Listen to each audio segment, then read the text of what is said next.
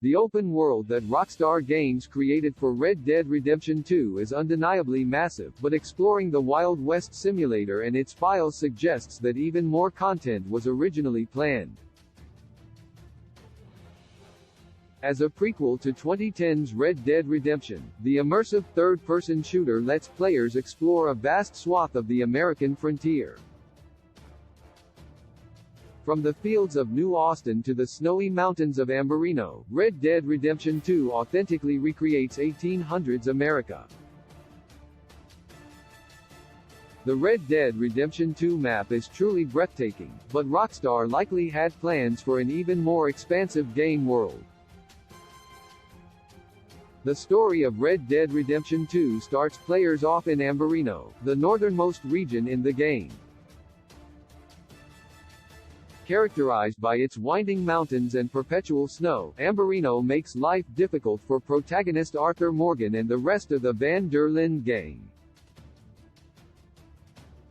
After RDR2's prologue, which sees Arthur rescue John Marston from a wolf attack and aid in a train heist, the gang moves south to the much more temperate state of New Hanover.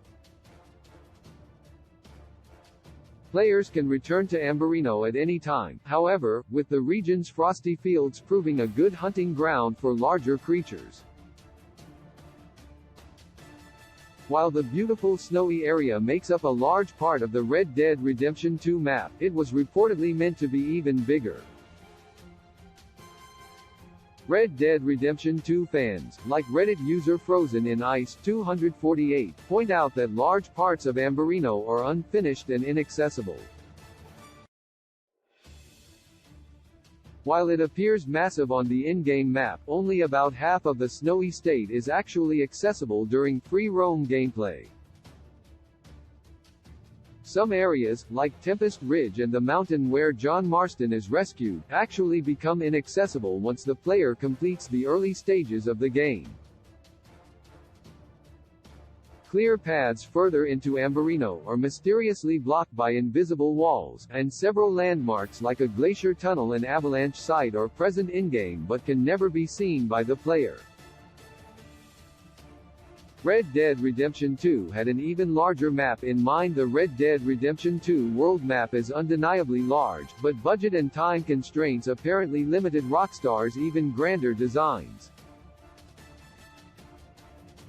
Ambarino was clearly planned to be much larger, and several other in-game locations also show signs of cut content.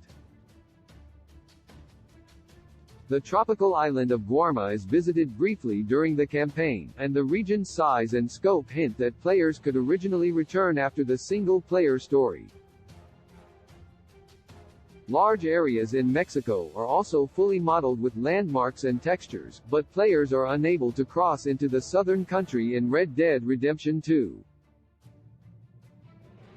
Given the game's already impressive scope, it seems that time and budget constraints forced Rockstar to restrict RDR2's map size.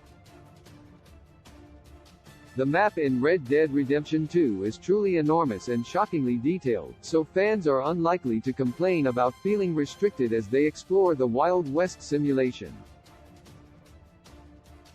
However, it's apparent that players are prevented from entering large parts of Ambarino and other in-game regions despite their functionality.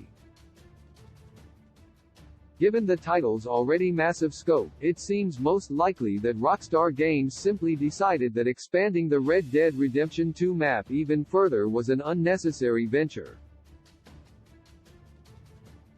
Source: Frozen in Ice 248, Reddit.